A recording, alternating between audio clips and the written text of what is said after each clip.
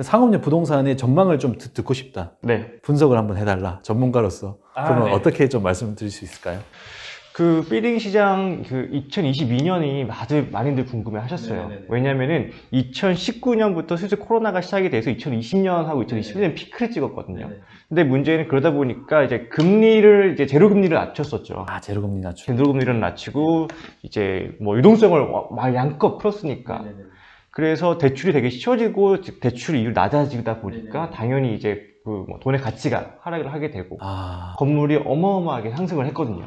그렇죠, 그렇죠. 네. 많이 상승했죠. 근데 또 그와 동시에 또 정부 쪽에서는 이제 집값을 잡겠다고 LTV를 규제를 했었고, LTV 규제. 예. 네. LTV 규제를 하니까 이제 돈은 있는데 이제 매입을 하기에는 아파트를 또 중과세를 맞기에는 너무 센 거죠. 네네네. 그러다 보니까 당연히 이제 그만한 이제 흐름들이 유동성이 네. 빌딩 시장으로 들어올 수밖에 없었던 거고, 뭐 빌딩은 한정적인데 네. 그 토지는 한정적이죠. 그렇죠, 그렇죠, 그렇죠. 부증성 우리 다 알고 있는 사실. 부증성인데 이제 돈은 계속 들어오다 보니까 네네. 건물 가격이 정말 강남 같은 경우에 천정부지로 뛰어오르게 됐죠. 집값뿐만 아니고 그렇죠. 집값만큼 강남 건물 가격도 그만큼 더 올랐습니다. 이야. 네. 그런데 그래서 2022년도 만약에 그렇게 오를 거냐라고 주로 많이 물어보시는데 아마 작년이나 2021년보다 더 오르기는 쉽지 않을 거라고 생각을 하고요. 그래요? 네. 왜냐면 이제 금리가 인하돼서 이렇게 어떻게 오를 수 있었던 건데 문제는 이제 왜 SEC라고 하죠. SC. 네, SC라고 해가지고 한창 왜 뉴스 보시면 아시겠지만 미국에서 연준이 계속 금리 인상을 하겠다고 네네네. 비둘기파 매파만 이렇게 하잖아요. 아.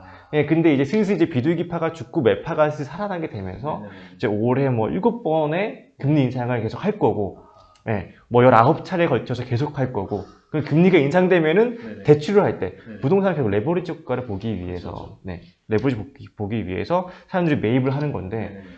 금리가 뭐 건물 아시다시피 수익률이 강남 같은 경우에는 이제 3%가 거의 없어요. 3% 없어요? 3%가 없어요. 이하, 3% 이하군요. 3% 다 이하예요. 예, 이하, 예. 2% 중반대면 돼도 꽤 괜찮은 수익률이라고 보거든요. 예. 근데 만약에 대출하는 금리가 3%나 뭐 그 위로 뜨게 된다면은 레버리지 효과를, 그러니까 우리가 흔히 생각하는 안정적인 임대 수익을 기대하기 굉장히 힘들어지는 상황이 오는 거죠. 네네네. 네.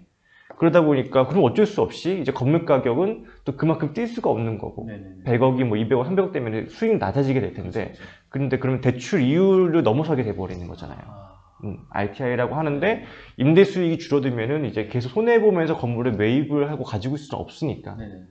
그러니까 아무래도 힘들 텐데 네네. 아마 그 아파트 시장처럼 네. 국지적으로 뭐 신축이나 아니면은 뭐 강남 위주로만 조금씩 오르고 나머지들은 조금 이제 보합을 좀 유지하지 않을까. 아, 네. 예.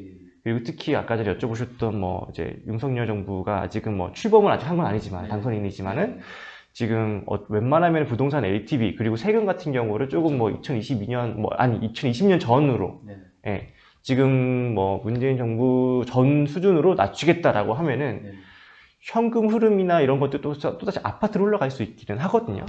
아파트로 올라가면은 원래 아파트에 뜨는 그 자금들이 전부 다 올라왔던 건데 네네네. 이게 안 되면은 아무래도 이게 분산 효과가 일어나긴 하겠지만 네네네. 여전히 국지적으로 아. 그리고 오를 곳은 오르고 그리고 충분히 레버리지 효과를 볼 수 있는 방법은 여전히 있습니다. 아, 여전히 있어요?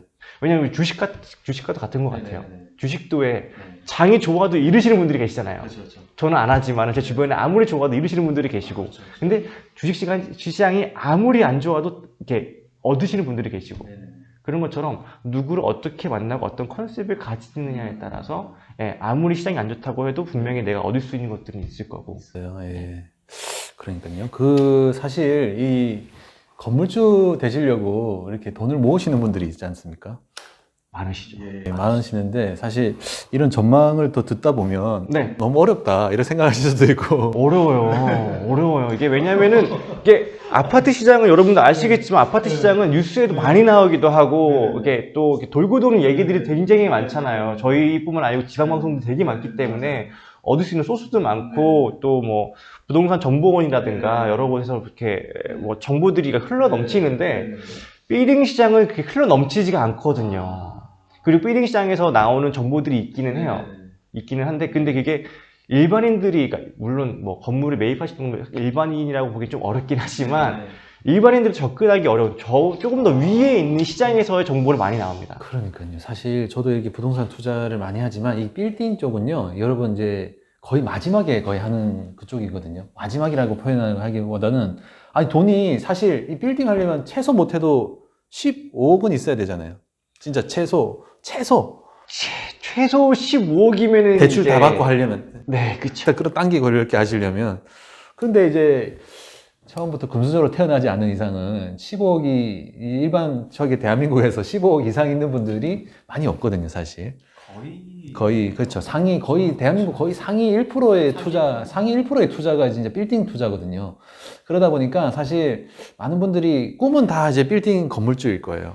전부지 위에 건물주라고 하니까. 다 그 꿈이 다 그쪽으로 가시고 있는데 처음엔 대부분 소액 투자 먼저 하시거든요. 뭐 아파트 갭 투자부터 이렇게 많이 하시면서. 그쵸, 빌라 갭 투자도 근데 하고. 다들 마음속에는 다 이쪽에 있어요.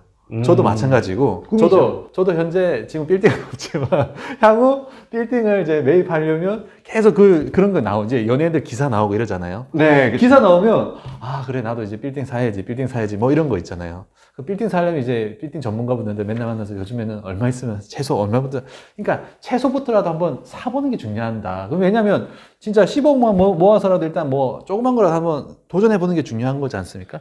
시작이 굉장히 중요해요. 맞죠. 네, 시작이 반이라고 하니까. 그렇죠. 근데 너무 뭐 20억 있어야 돼, 30억 있어야 돼, 좋은 거 살려면 20, 30억 있어야 돼. 그러면 20, 30억 또 언제 모으냐고요. 맞죠? 그냥 10억이라도 먼저 질러 넣고 한번 해보고 그럼. 수업료 좀 한번 내보더라도 해보고 그래도 그 중에서 제일 좋은 걸 한번 찾아주시겠죠, 전문가분들이. 그럼요. 그렇죠, 맞죠. 그렇게 하면서 이게 단계별로 또 그것도 매도하면서 또 좀 자금 생기면 또 딴 거 하고 뭐 이렇게 하는 방법도 괜찮은가요?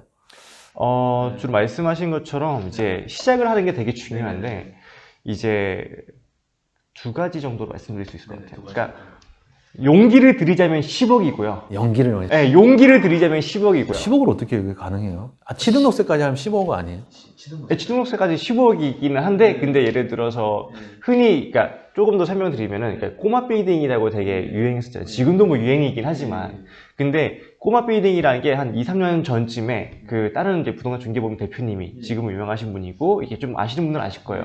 그분이 꼬마 빌딩으로 되게 그 마약 베개처럼 그렇죠. 이걸 키보드 잡으셔가지고 되게 유명해졌어요. 맞아요. 그때는 진짜 예. 네, 그때는 이제 현금 10억만 있으면은 뭐 강남에는 50억 건물 매입이 가능했었거든요. 지금은 안 돼요. 지금은 안 되죠. 그래서 이제 현실적으로 10억인데 근데 이 10억이라는 게 그 함정이 있는 게 일단 우리가 흔히 원하는 강남은 당연히 안 되죠. 그렇죠, 그렇죠. 강남은 안 강남은 되죠. 당연히 안 되고 뭐 수도권이라든가 아니면은 조금 외곽 쪽, 서울 외곽 쪽에 이제 매입을 할 수 있을 정도가 되면은 이제 10억 정도가 될 것 같고요.